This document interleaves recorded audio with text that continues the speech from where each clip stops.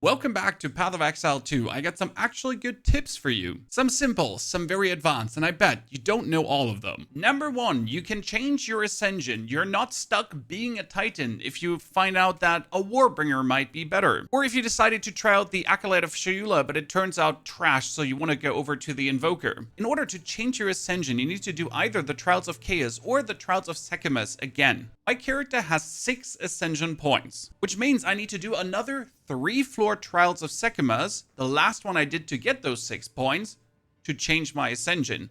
Or if I have 4 points, I could do another Trial of Chaos.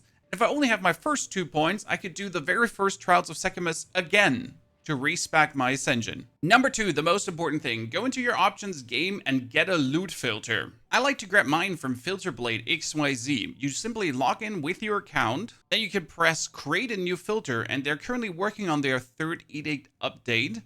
It's going to factor in all the new stuff. I like to choose semi-strict for leveling and strict for the end game, 65+. You can also customize the styles, dark mode, zen, cobalt. It shows you down here what it would pretty much look like. And then you simply go on export to POE, give the file a name, semi-strict, and then press sync or download.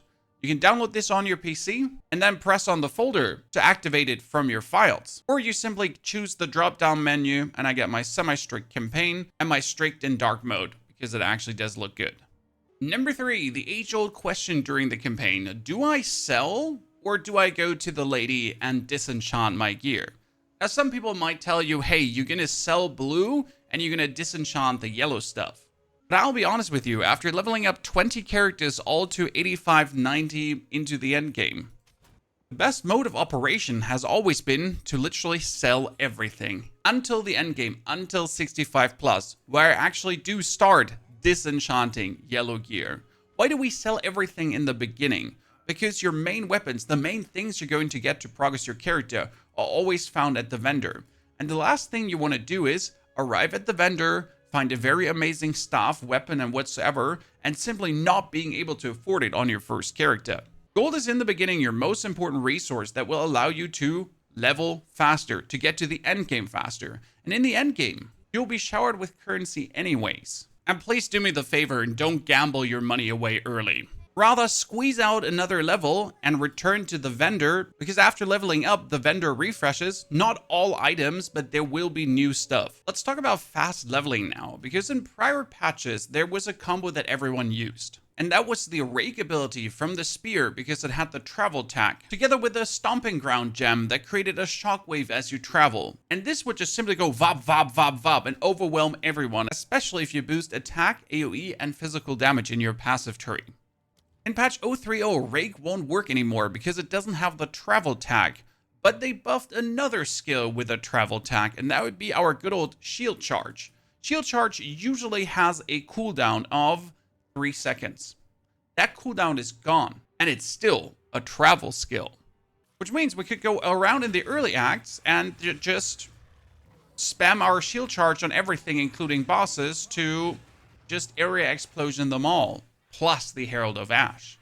An alternative to this would be the monk skill called Vaulting Impact, which also is a travel skill and currently doesn't get boosted. The problem is you can't really spam it that much as you used to be able to spam Rake. That being said, this Vaulting Impact now, with the Stomping Ground, could potentially lead to a very fast leveling as well. Worst case scenario, you have the Disengage from the Amazon. The problem with that one would be you could do Disengage and then Shield Charge, maybe? And since Shield Charge doesn't have a cooldown, then Disengage and Shield Charge shouldn't be on the same cooldown anymore. We'll try all 3 methods live on stream. Next one goes out to everyone that's still struggling with a passive tree and which notes to actually take, especially since we're getting tons of new notes that might be good. What you want to look for is what would boost your main skills. Right now I got Fissure, let's ping that. And I also have the Shockwave Totem. So both of these are going to be part of my damage. And up here you have the tags, Totem, AoE, Melee, Slam, and Physical. For the Fissure, we got AoE, Melee, Slam, Fire. Good. And both of them are attacks. This matters also because they might be spells as well.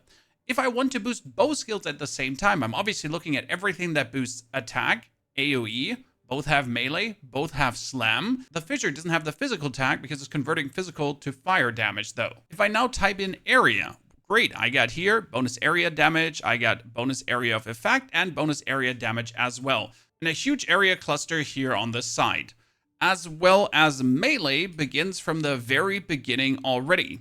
If you now have something though like boost damage with two-handed weapons, the fissure will profit from it. My totem won't because it's only getting boosted by my weapon's base damage, not by the more damage it would deal with singular purpose. Another example is my Arc Stormweaver, which should be turning out to be very good. We get Arc, which is a spell, AoE, lightning, and it will be projectile. And you also get the Orb of Storms, which is AoE, lightning as well, and it is a spell too.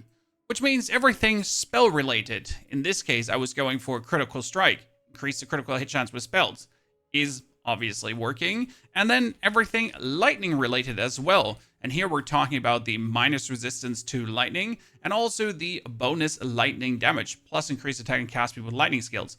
But as well, since it is a projectile skill now, everything projectile wise works too. So the bonus chance for projectiles, which also gives me more projectile skill speed and another bonus chance for projectiles up here, as well as if I would actually take bonus projectile damage nodes, they would apply as well. Let's not forget though that the passive tree is also reliable for your defense, like 80% increased armor from equipped body armor and or regeneration of life, reducing the cost of skills that you can actually spam them.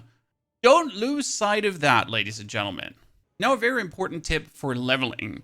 If you enter an area with tap, you can see in the top right corner what the area level would be.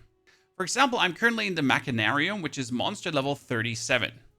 And I'm right now 34, which is in the 4 to 5 level range. I am not too low. I should be getting maximum XP. But if I was here now with level 30 or with level 29, so a bigger difference than 4 to 5 levels, I would actually get less experience. If you notice that you're too low level for a region or even too high level for a region, because then you also won't get as much XP. Don't hesitate to press escape and respawn at checkpoint to maybe redo an area. This can also net amazing loot, and usually the best area to do this is in Act 2, the whole Dreadnought area.